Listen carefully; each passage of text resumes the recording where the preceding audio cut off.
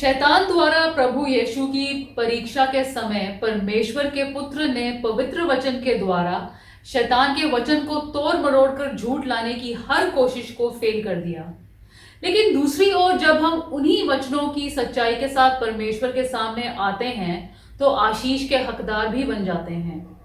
प्रार्थना में हम परमेश्वर के वचन की आशीषों को कैसे क्लेम करते हैं, आज हम इसी विषय पर बात करेंगे। पहले सुनते हैं परमेश्वर का वचन। परमेश्वर का वचन हमने भजन संहिता 138 उसकी पहली 4 आयत से लिया है। यहाँ इस प्रकार लिखा है, मैं पूरे मन से तेरा धन्यवाद करूंगा, देवताओं के सामने भी मैं तेरा भजन गाऊंगा। मैं तेरे पवित्र मंदिर की ओर दंडवत करूंगा और तेरी करुणा और सच्चाई के कारण तेरे नाम का धन्यवाद करूंगा, क्योंकि तूने अपने वचन को अपने बड़े नाम से अधिक महत्व दिया है।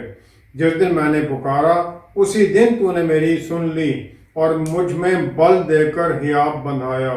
हे यहोवा, पृथ्वी के सब राजा तेरा धन्यवाद करेंगे, क्योंकि उन्होंने तेरे वचन सुने हैं। परमेश्वर के वचन को पढ़े और सुने जाने से आशीष हो। आमीन। हम परमेश्वर के वचन के वादों को किस प्रकार अपने लिए क्लेम कर सकते हैं? उत्पत्ति पहला अध्याय उसकी दूसरी और तीसरी आयत में हम देखते हैं, परमेश्वर का आत्मा पानियों पर मंडरा रहा था, लेकिन जब तक परमेश्वर का वचन नहीं आता है कुछ भी नहीं होता है। पवित्र आत्मा परमेश्वर के वचन के बिना, जो कि प्रभु यीशु हैं जीवते वचन, उनके बिना कुछ भी नहीं करते हैं। मत्ती 21 में प्रभु यीशु सिखाते हैं कि तुम इस पर्वत को, पर्वत कौन सा? हमारी तकलीफों का, हर परेशानियों का पर्वत, तुम इसे आज्ञा दो तो ये टल जाएगा, तुमसे दूर हो जाएगा और ये हटेगा, क्योंकि परमेश्वर के वचन के अनुसार जब हम मांगते हैं तो वो होना ही है। परमेश्वर का वचन सच्चा है। परमेश्वर हर चीज के रचयिता हैं और पूरा यूनिवर्स उन्हीं के द्वारा सस्टेन हो रहा, उन्हीं के द्वारा ही चल रहा है। जो कुछ भी उनके अधीनगी में है और उनका वचन एक अथॉरिटी रखता है कि किसी भी एस्टैब्लिश्ड ऑर्डर, किसी भी चीज को बदल सकते हैं। यहोशू पहला अध्याय 5वीं आयत में यहोशू को परमेश्वर ने वायदा किया कि जिस प्रकार मैं मूसा के साथ था इसी प्रकार मैं तेरे साथ भी रहूंगा, तेरे जीवन भर कोई तेरे सामने ठहर ना सकेगा। परमेश्वर ने यहोशू को यह वायदा कर दिया और उसने इस पर विश्वास किया। अब यहोशू 10वें अध्याय में, अब 12वीं आयत में उसने विश्वास किया और विश्वास में वो लड़ाई में कह देता है सूरज को, हे सूर्य तू गिबोन पर और हे चंद्रमा तू अय्यालोन की तराई के ऊपर थमा रहे, और सूरज और चांद रुक जाते हैं। प्रभु यीशु ने लूका 10 की 19वीं आयत में हमें हर विश्वासी को अधिकार दिया है शैतान की हर तरह की ताकत के ऊपर, सांपों और बिच्छुओं का सिर कुचलने का अधिकार दिया। फिर उन्होंने ये कह दिया किसी भी तरह से ये कुछ भी तुम्हें कोई हानि नहीं पहुंचा सकेगा। और जो विश्वासी थे उनके इस वायदे पर आगे बढ़ते गए डिसाइपल्स, और बीमारों को चंगाई देते हुए, दुष्ट आत्माओं को निकालते हुए वचन सुनाते गए और रूहें बचती गई। भजन संहिता 138 उसकी दूसरी आयत जो हमने पढ़ी भी थी, उसमें राजा दाऊद कहते हैं, मैं तेरे पवित्र मंदिर की ओर दंडवत करूंगा और तेरी करुणा और सच्चाई के कारण तेरे नाम का धन्यवाद करूंगा, क्योंकि तूने अपने वचन को अपने बड़े नाम से अधिक महत्व दिया है। You have magnified your word above all your name. परमेश्वर का जो नाम है वो उनके चरित्र चाल चलन को दर्शाता है, और उनके नाम दिए गए किसी पर्टिकुलर सिचुएशन के लिए उन्हें एक नाम दे दिया गया। अब्राहम ने उन्हें मोरिया पर्वत पर कह दिया यहोवा यायरे, परमेश्वर जो देखते हैं और प्रोवाइड करते हैं, क्योंकि उन्हें आइजैक की कुर्बानी के समय पर वो मेमना वहां आ गया।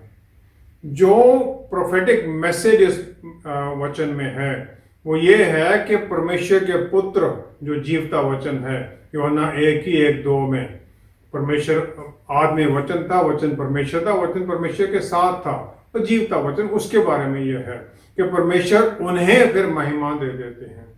प्रेरितों की पुस्तक 4 अध्याय 12वीं आयत में जो परमेश्वर के पुत्र का नाम है वो है यहोशुआ।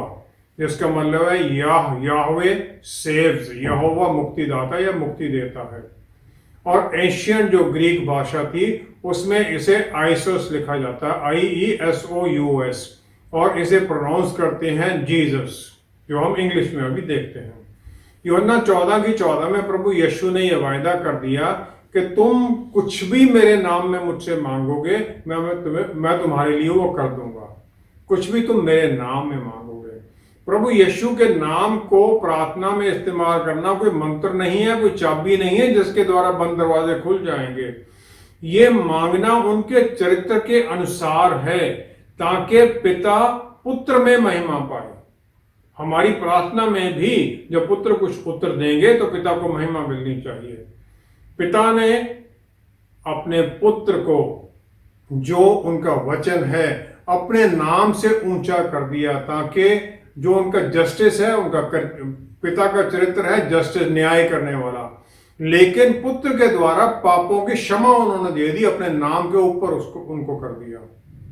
परमेश्वर के वचन को इस्तेमाल करना, जो उनके वचन में वायदे हैं उन्हें क्लेम करना है। ये विश्वास में फिर उनके नाम को, उनके वचन को ऊपर उठाना है, उनके शब्द को ऊपर उठाना है। और उनके वायदों के अनुसार मांगने का मतलब है कि परमेश्वर को ये कहना कि जो आपने ये वायदा किया इसे पूरा कीजिए, क्योंकि जो उन्होंने पहले कह दिया है वो होना है। तीतुस की पुस्तक उसका 1 अध्याय 2 आयत में लिखा है, परमेश्वर झूठ नहीं बोल सकते। जो उन्होंने एक बार कह दिया है वो सच है और वो अनंत काल तक सच ही रहेगा और वो चलेगा। परमेश्वर बदल भी नहीं सकते और ना ही वो अपने वचन को पूरा करने से में असमर्थ है, ना उसमें फेल हो सकते हैं। प्रार्थना में परमेश्वर को उनके किसी भी वायदे को पूरे करने के लिए कहना मतलब ये है कि जैसे बैंक का बैंक ड्राफ्ट हमारे पास हो और वो हम बैंक ब्रांच में लेके जाते हैं कि इसके बदले में हमें पैसे दे दो। परमेश्वर का वचन जब हम प्रार्थना में कहते हैं तो स्वर्ग के बैंक में हम वो परमेश्वर के वचन का ड्राफ्ट डाल देते हैं ताकि धरती के ऊपर फिजिकल रियाम में हमें उसका उत्तर मिल जाए। याकूब की पुस्तक उसका 4 अध्याय 2-3 आयत में परमेश्वर के नाम में मांगने के बारे में है कि हम जब मांगते हैं तो उनकी हम पार्टनरशिप मांगते हैं, और जब हम इसका उत्तर नहीं पाते हैं तो वो कहते हैं याकूब, पहला तो ये है कि तुम मांगते ही नहीं इसलिए तुम पाते नहीं। दूसरा वो कहते हैं तुम मांगते हो अपनी शारीरिक लालसाओं को पूरा करने के लिए, क्योंकि शारीरिक लालसाएं पूरे करने के लिए परमेश्वर अपना वचन नहीं देते हैं, वायदा नहीं करते हैं। ये उनकी नेचर, पवित्र परमेश्वर की नेचर से अलग हो जाता, पूरा नहीं होगा। फिर मांगना है बगैर किसी शक के विश्वास में, और विश्वास में ये मान लेना कि मुझे मिल गया है जो कि अभी दिखाई नहीं दे रहा है। जब हम इस प्रकार मांगते हैं तो परमेश्वर के वचन के ऊपर परमेश्वर खड़े हैं हर पल और उसका उत्तर हमें देते हैं, और उसी के द्वारा फिर हम उत्तर पाने के साथ धन्यवाद द्वारा फिर हम उन्हें महिमा देते हैं और ये साइकिल बन जाता है। परमेश्वर के वचन के अनुसार भिन्न भिन्न आशीषों के लिए प्रार्थना का क्या तरीका है? भजन संहिता 50 की 15वीं आयत में परमेश्वर ने वायदा किया है हमारी प्रार्थना को सुनने और उत्तर देने का। यहाँ इस प्रकार लिखा है 50 की 15, संकट के दिन मुझे पुकार, मैं तुझे छुड़ाऊंगा और तू मेरी महिमा करने पाएगा। परमेश्वर का ये वायदा है। तो हम प्रार्थना करते हैं कि हे परमेश्वर, आपने वायदा किया है और मेरी अब तकलीफ है, मैं ये इस परिस्थिति में हूँ, शादी नहीं हो रही है, नौकरी नहीं मिल रही है, या कर्जा है, या किसी बच्चे की तकलीफ है, या बीमारी है, मैं इसके लिए आपका हाथ मांगता हूँ। अपनी आशीष भरा हाथ मेरे ऊपर बढ़ाएं ताकि मैं चंगाई पाऊँ, उससे छुटकारा पाऊँ, आपका वादा पूरा हो और मैं आपकी गवाही देते हुए दूसरों के सामने आपकी महिमा करूँ। मत्ती 7 की 7वीं 8वीं आयत में प्रभु यीशु ने यह वायदा किया कि हम इस प्रकार प्रार्थना करें। वो कहते हैं, मांगो तो तुम्हें दिया जाएगा, ढूंढो तो तुम पाओगे, खटखटाओ तो तुम्हारे लिए खोला जाएगा। क्योंकि जो कोई मांगता है उसे मिलता है, और जो ढूंढता है वह पाता है, और जो खटखटाता है उसके लिए खोला जाएगा। अब मैं कहता हूं, प्रभु यीशु ये आपका वायदा है और विश्वास में मैं हूं, मुझे कोई शक नहीं है कि आपके वचन सच्चे हैं। मैं मांगता हूं आपसे वचन की आशीष मुझे दीजिए, मैं इसे समझ सकूं, इसके अनुसार अपने जीवन को ढाल सकूं और इसके अनुसार दूसरों को बता सकूं। परमेश्वर फिर आशीष देने के लिए हाथ बढ़ाते हैं। अब जनरल ब्लेसिंग्स के बारे में वचन क्या है? भजन संहिता 23 की पहली आयत, यहां लिखा है, यहोवा मेरा चरवाहा है, मुझे कुछ घटी ना होगी। मेरा चरवाहा है, मेरी हर जरूरतों को पूरा करेगा। और फिर आगे लिखा है कि वो मुझे उस बहुतायत की जगह प्रॉमिस लैंड में लेके जाएंगे जिसका उन्होंने वायदा किया है। आगे कहता है 5वीं आयत में, तू मेरे सताने वालों के सामने मेरे लिए मेज बिछाता है, तूने मेरे सिर पर तेल मला है, मेरा कटोरा उमड़ रहा है। जो मेरे दुश्मन हैं उनके सामने आपने मुझे आशीष दी है, ताकि वो ये जान लें कि आप मेरी रक्षा कर रहे हैं, मेरी जरूरतों को पूरा कर रहे हैं, ताकि या तो वो मेरे साथ सुलह में आ जाएं या फिर आप उन्हें मुझसे दूर रखते हैं। आपने अपना हाथ मेरे सर पर रखा है, आशीषों का कटोरा भरा हुआ है मेरे लिए। अब लंबी उम्र के लिए और अच्छी सेहत के लिए भजन संहिता 103, भजन संहिता 103 से 3री से 5वीं आयत तक यहां लिखा है, वही तो मेरे सब अपराध को क्षमा करता और तेरे सब रोगों को चंगा करता है। वही तो तेरे प्राण को नष्ट होने से बचा लेता है और तेरे सिर पर करुणा और दया का मुकुट बांधता है। वही तो तेरी लालसा को उत्तम पदार्थों से तृप्त करता है, जिससे तेरी जवानी उकाब के समान नई हो जाती है। हर बीमारी से मुझे छुटकारा देता है। हे प्रभु यीशु, जो मुझे ये तकलीफें हैं इससे मैं छुटकारा पाऊं। आप यहोवा राफा हैं जो चंगाई देते हैं, आप यहोवा यायरे हैं जो सब कुछ देते हैं। भजन संहिता 91 जो हम सब जानते हैं, उसकी 16वीं आयत में लिखा है, मैं उसको दीर्घायु से तृप्त करूंगा और अपने किए हुए उद्धार का दर्शन दिखाऊंगा। बीमारी से छुटकारा ही नहीं, फिर वो लंबी उम्र की आशीष दे देते हैं। और फिर हमें वायदा है डिवाइन प्रोटेक्शन, स्वर्ग से हमारी सुरक्षा के बारे में। नीति वचन 18वां अध्याय, नीति वचन 18 उसकी 10वीं आयत में लिखा है, यहोवा का नाम दृढ़ गढ़ है, धर्मी उसमें भागकर सब दुर्घटनाओं से बचता है, सुरक्षा पाता है। हम धर्मी बनाए गए हैं प्रभु यीशु में विश्वास के द्वारा, और फिर हम इस सुरक्षा के हकदार हो जाते हैं। पहला पत्रस 3 की 13वीं आयत में लिखा है, कौन है जो तुम्हें नुकसान पहुंचा सके जब तुम सच्चाई के पीछे और सच्चे के पीछे चलते हो। जब परमेश्वर ने हमें चुना, एक विश्वासी बना दिया, अपने परिवार का हिस्सा बनाया, तो हमारी वो रोशनी और मुक्ति बन जाते हैं। और फिर पूरी उससे हम कह सकते हैं, मैं किससे डरूं, परमेश्वर मेरा बल और मेरी ढाल है।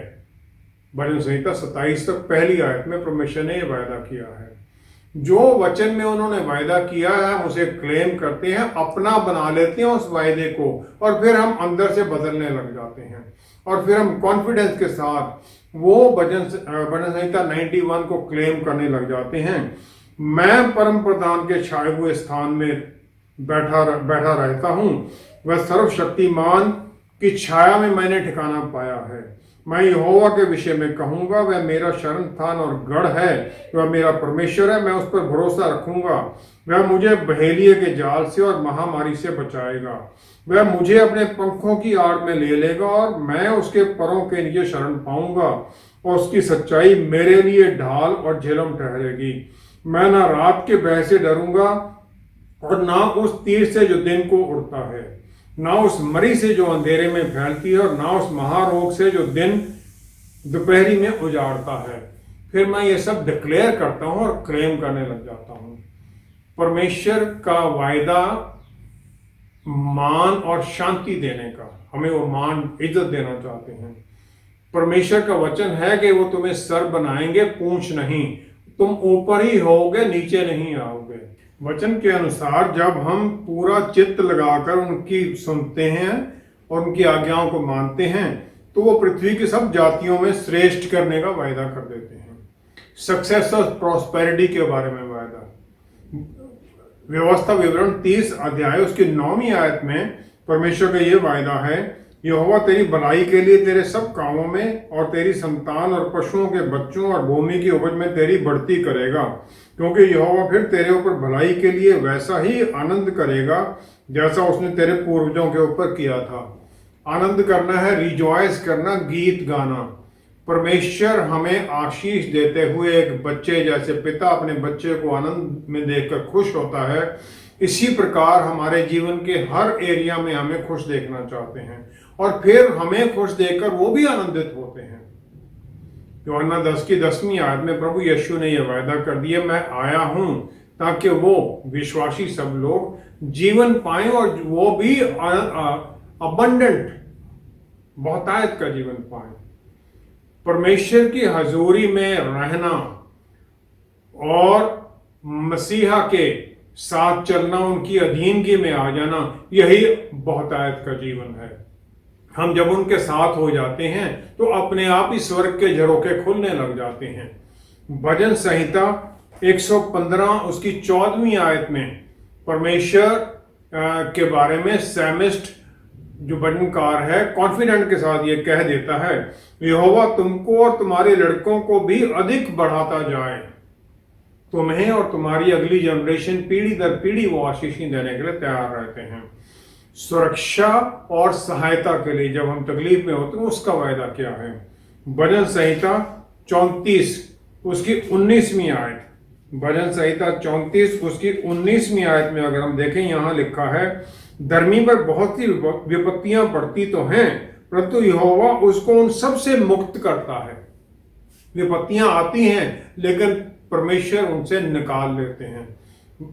यूहन्ना नबी की इंजील उसका 16वां अध्याय 33वीं आयत में प्रभु यीशु ने चेलों को इससे सांत्वना दी कि इस दुनिया में तुम्हें संताप होंगे, लेकिन डरो मत, बी ऑफ गुड चीयर, मैंने इस संसार को जीत लिया है। और फिर वो वायदा करते हैं कि इस युग के अंत तक मैं तुम्हारे साथ हूं। जब परमेश्वर हमारे साथ हैं फिर कौन है जो हमारे खिलाफ खड़ा हो सकता है, जो हमारी खिलाफत में हमें परेशानी देने के लिए हमें तकलीफ देने का वाजिब बन सकता है। भजन संहिता 126 उसकी 5वीं 6ठी आयत में जब हमारे ऊपर तकलीफें आती हैं तब परमेश्वर की सहायता हमारे साथ बनी हुई है। यहां लिखा है, जो आंसू बहाते हुए बोते हैं वे जय जयकार करते हुए लवने पाएंगे। चाहे बोने वाला बीज लेकर रोता हुआ चला जाए, परंतु वह फिर पूलियां लिए जय जयकार करता हुआ निश्चय लौट आएगा। आइजैक ने कुआं खोदा जो अब्राहम ने पहले खोद रखा था, अबीमेलेक के लोगों ने उसे भर दिया, उसने दूसरा खोदा उसे भर दिया, आखिर के कुएं में उसने अपना काम शुरू किया और वचन के अनुसार उसने 100 गुना काटा और तब तक वो बढ़ता गया जब तक कि बहुत ज्यादा धनाढ्य नहीं हो गया। अपोजिशन आई लेकिन वो बढ़ता ही गया। इसी प्रकार जब हम तकलीफ में होते हैं तो परमेश्वर हमारी सहायता करने के लिए हर पल तैयार रहते हैं। यशायाह नबी के पुस्तक उसका 65 अध्याय उसकी 21 से 23वीं आयत में परमेश्वर का वायदा है, वे घर बनाकर उनमें बसेंगे, वे दाख की बारियां लगाकर उनका फल खाएंगे। ऐसा नहीं होगा कि वे बनाएं और दूसरा बसे, या वे लगाएं और दूसरा खाए, क्योंकि मेरी प्रजा की आयु वृक्षों की सी होगी और मेरे चुने हुए अपने कामों का पूरा लाभ उठाएंगे। उनका परिश्रम व्यर्थ ना होगा और ना उनके बालक घबराहट के लिए उत्पन्न होंगे, क्योंकि वे यहोवा के धन्य लोगों का वंश ठहरेंगे और उनके बाल बच्चे उनसे अलग ना होंगे। उनके पुकारने से पहले ही मैं उनको उत्तर दूंगा और उनके मांगते ही मैं उनकी सुन लूंगा। ऐसे अद्भुत वायदे परमेश्वर ने दिए हैं हमें, मांगने से पहले ही वो सुनने के लिए तैयार हैं। जो हम मेहनत करते हैं उसका फल देने के लिए तैयार हैं। विश्वास में जब हम इन वायदों के अनुसार प्रार्थना करते हैं तो उत्तर मिलने लग जाता है। हमारे लिए क्या काम है? परमेश्वर के साथ एक नजदीकी रिश्ते में जुड़ना। नजदीकी रिश्ते में जुड़ते हैं वचन के साथ, क्योंकि जब हम उन्हें जानने लग जाते हैं तभी तो हम वचन को क्लेम कर सकते हैं। जब हम वचन को क्लेम करते हैं तो उनकी पहचान में हम चलते हैं। उनकी पहचान में चलना उनकी आज्ञाकारिता में चलना, वचन के द्वारा उन्हें जानना एक विश्वासी के लिए सबसे ज्यादा महत्वपूर्ण ये है। जब हम उन्हें जानते हैं, उनके नजदीक होते हैं, वचन को समझने लग जाते हैं, तो फिर कोई भी विपत्ति आने पर हम विपत्ति को भी झड़क देते हैं कि परमेश्वर का वायदा ये है, मैं तुम्हें नकारता हूं, मेरे से दूर हो जा। जो चेले थे उन्होंने यही किया, विश्वास में दुष्ट आत्माओं को भगाया, विश्वास में परमेश्वर के वचन के अनुसार दूसरों को आशीषित किया और अपने लिए भी आशीष पाई।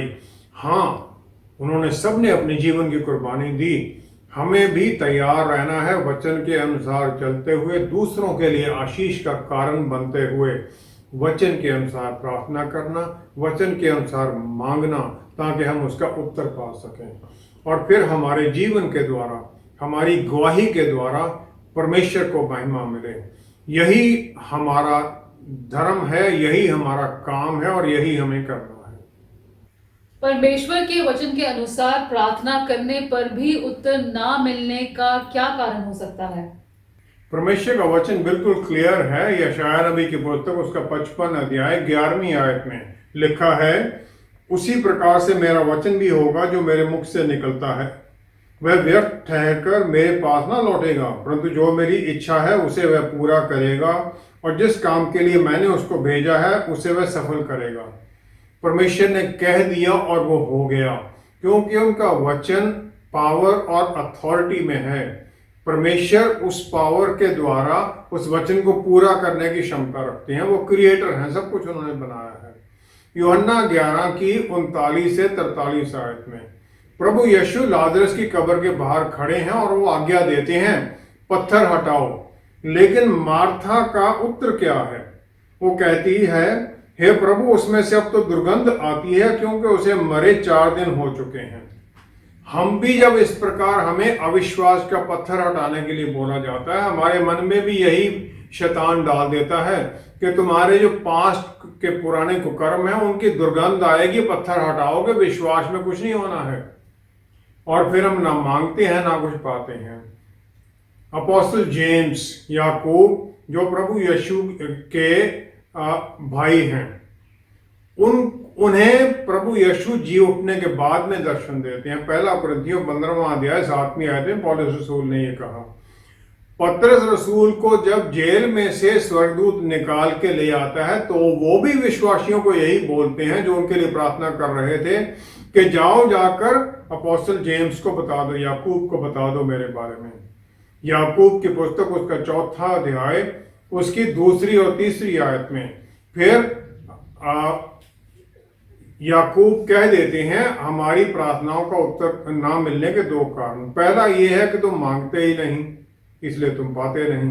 दूसरा ये कि तुम मांगते नहीं क्योंकि विश्वास नहीं है, कोई और भी कारण हो सकता है। दूसरा वो कहते हैं तुम मांगते हो और पाते नहीं क्योंकि तुम गलत कामों के लिए मांगते हो, अपने शारीरिक लालसाओं को पूरा करने के लिए मांगते हो। पहला शमूएल 16वां अध्याय उसकी 7वीं आयत में परमेश्वर कहते हैं कि मैं मनुष्य की तरह देखता नहीं, मनुष्य तो बाहर का रूप देखता है, परंतु यहोवा की दृष्टि मन पर रहती है। वो मन को जानते हैं कि हमारे मन में क्या इच्छा है, क्यों हम मांग रहे हैं। यूहन्ना 14 की 13 में प्रभु यीशु का वायदा हमारी प्रार्थनाओं को उत्तर देने के बारे में है कि पुत्र में पिता महिमा पाए। और जहां पर हमारी प्रार्थना में ये इंटेंशन नहीं है, वो प्रार्थना रिजेक्ट हो जाएगी।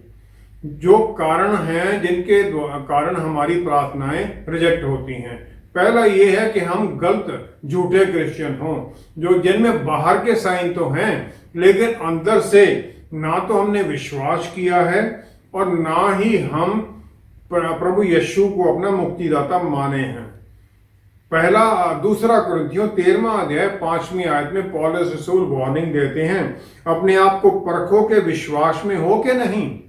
दूसरा कुरिन्थियों 13वां अध्याय 5वीं आयत में टेस्ट योरसेल्व्स, क्या तुम जानते हो कि प्रभु यीशु तुम्हारे भीतर है, क्या तुम विश्वास में हो? वो आगे कह देते हैं ये। दूसरा है विश्वास ना होना। इब्रानियों की पुस्तक 11वां अध्याय 6वीं आयत में लिखा है, without faith it is impossible to please God. विश्वास के बिना परमेश्वर को प्रसन्न करना असंभव है।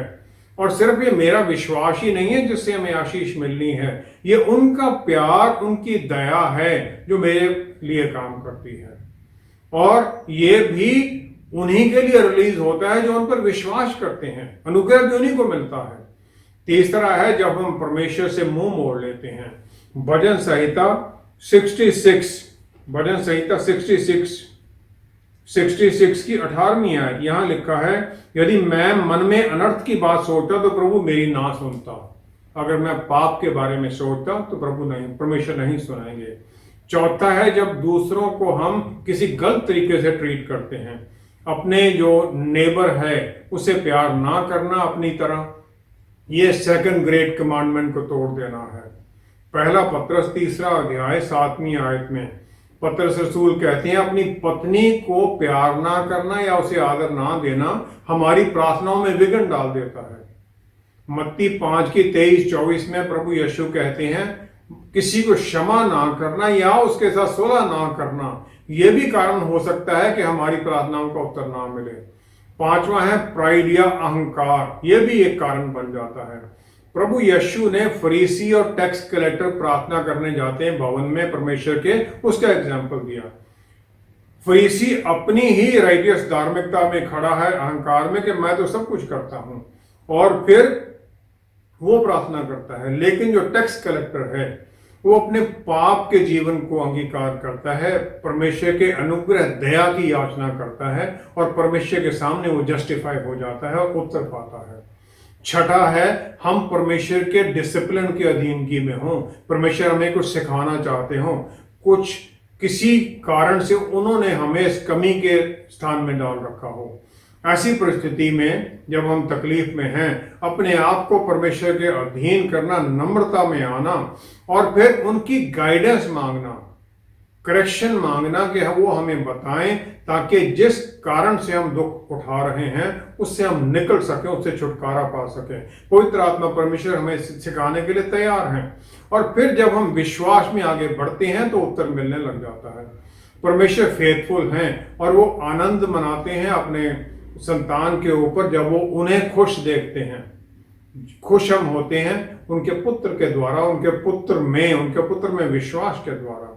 और बहुत बार परमेश्वर हमें तैयार कर रहे होते हैं किसी बड़ी आशीष के लिए, और फिर हमें वो रिफाइन कर रहे होते हैं ट्रायल या कमी के कारण।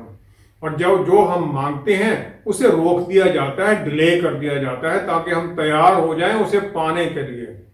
कहीं उसको पाकर हम अहंकार में बिगड़ ना जाएं, परमेश्वर से दूर ना हो जाएं, तो हमें तैयार किया जाता है। हमारा काम है कि हमें ये विश्वास करना कि जो हमने मांगा है वो हमने पा लिया है, और फिर प्रार्थना में जुड़े रहें, परसवेयर लगे रहें प्रार्थना में, उनका धन्यवाद करते हुए। और परमेश्वर हमें उत्तर देंगे ही, क्योंकि ये उनका वायदा है। आइए हम प्रार्थना करें। पिता परमेश्वर, क्या ही धन्य हैं आप, कितने वचन आपने हमें आशीषें दे दी कि हम आपके वचन के अनुसार मांगें। इस पवित्र पुस्तक के अंदर आपने इस प्रकार लिख दिया अपने वायदे, जिस प्रकार के ये चेक बुक हो जिसमें आपने सब कुछ साइन करके दे दिया है, और हमें वो चेक आपके स्वर्गीय बैंक में बनाने के लिए डालना है। हम विश्वास में आपके वायदों के अनुसार सच्चाई में, पवित्रता में, पवित्र आत्मा परमेश्वर की अगुवाई में चलते जाएं, ताकि फिर हम आपको अपने जीवन के द्वारा महिमा दें। पिता परमेश्वर, सब कुछ प्रभु यीशु के पवित्र नाम में मांगते हैं। आमेन, आमेन, आमेन। परमेश्वर प्यार है, और जब उन्होंने इस प्यार की गवाही अपने ही बेटे की कुर्बानी से दे दी, तो भला संसारिक या दूसरी चीजें हमें क्यों नहीं देंगे। वचन में उनके वादे के अनुसार प्रेयर करना, उनके सामने उनके चेक को ले जाना है ताकि उसे पूरा करें। बस विश्वास ही में हम मांगते और सब आशीषें प्राप्त करते हैं। Thank you so much for watching. See you next time. Stay blessed. Shalom.